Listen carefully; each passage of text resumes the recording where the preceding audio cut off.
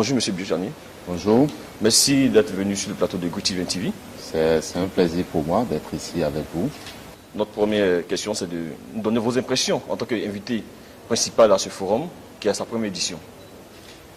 Bien, d'abord je voudrais féliciter les organisateurs, le ministère du Commerce et de l'Artisanat, la Fédération des commerçants et le comité scientifique organisateur de ce forum pour tout ce qu'ils ont fait pour que le forum puisse avoir lieu. Et j'ai participé à la première journée du forum et je peux vous dire que c'était utile. Tous les commerçants ici présents ont salué l'initiative et ont déjà eu l'occasion d'exprimer un peu leurs préoccupations sur tous les plans. Et je crois que c'est de ça qu'il s'agit au cours de ce forum et j'ai été heureux donc d'avoir été invité et de participer à ce forum.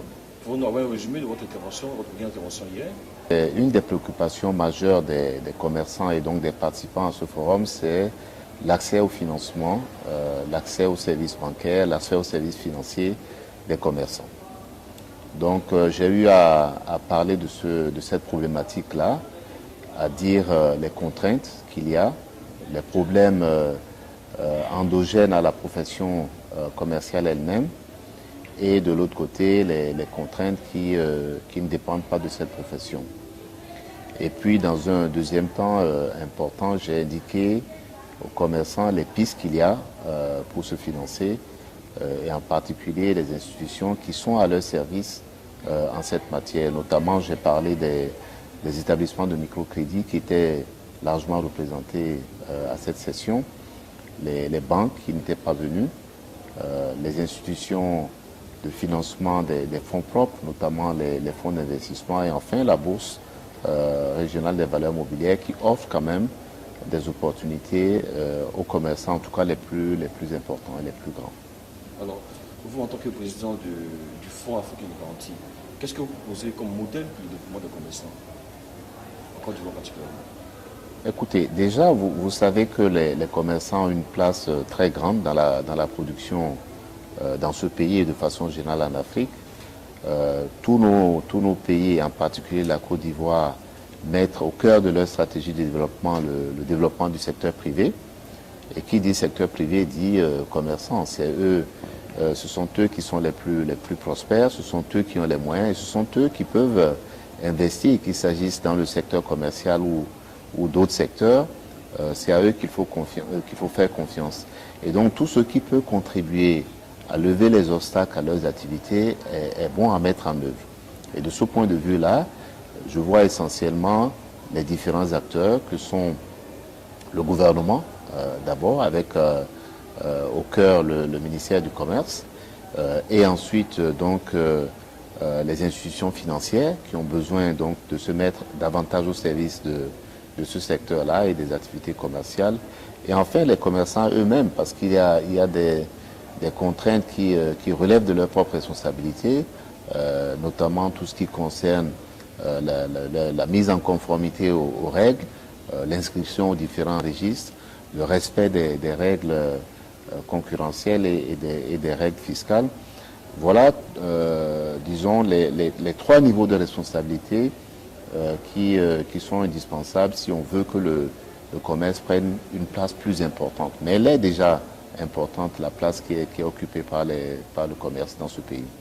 Alors on sait que les microfinances, en général, elles accompagnent les jeunes entreprises à faire les projets, mais la difficulté qu'on rencontre, c'est qu'elles ne préfinancent pas un projet qui est en commencement. Alors, quelle est votre vision, quel conseil vous pouvez donner à ce niveau? Parce qu'en sortie de cette assise-là, on a entendu beaucoup de personnes qui souhaiteraient un préfinancement de leur projet dès le départ. Vous savez, c'est à chacun son métier. Il y a des choses que les banques savent faire et elles vont le faire, elles vont continuer par le faire. Il y a des choses que les institutions de microcrédit savent faire, notamment en matière de proximité. Ce sont des institutions de développement local. Il y a des choses que d'autres établissements, notamment les institutions, les fonds d'investissement, savent mieux faire que d'autres. Une entreprise qui commence et qui n'a aucun historique, il est difficile de demander à une banque ou à un établissement de microfinance de le faire. Il y a certaines de ces institutions qui y vont, c'est vrai, mais c'est relativement exceptionnel. Il y a d'autres métiers dans les institutions financières qui ont la responsabilité, qui sont consacrés à cela. Il faut développer ces institutions-là de façon à ce que les promoteurs qui commencent des activités nouvelles puissent avoir des financements auprès de ces établissements-là. Mais il y a aussi, et c'est important de le souligner, les actions des gouvernements, parce que là aussi, il y a une responsabilité des gouvernements d'intervenir pour créer les conditions pour que les gens qui ont des idées novatrices, des gens qui ont des idées et des capacités de mettre en œuvre ces projets-là puissent bénéficier d'un soutien au démarrage pour commencer ces projets-là. Donc si vous avez d'un côté les gouvernements, de l'autre certaines de ces institutions qui sont prêtes à prendre des risques, alors vous avez un peu plus de moyens pour permettre donc à ces jeunes promoteurs-là qui démarrent d'avoir les moyens de financer leurs projets.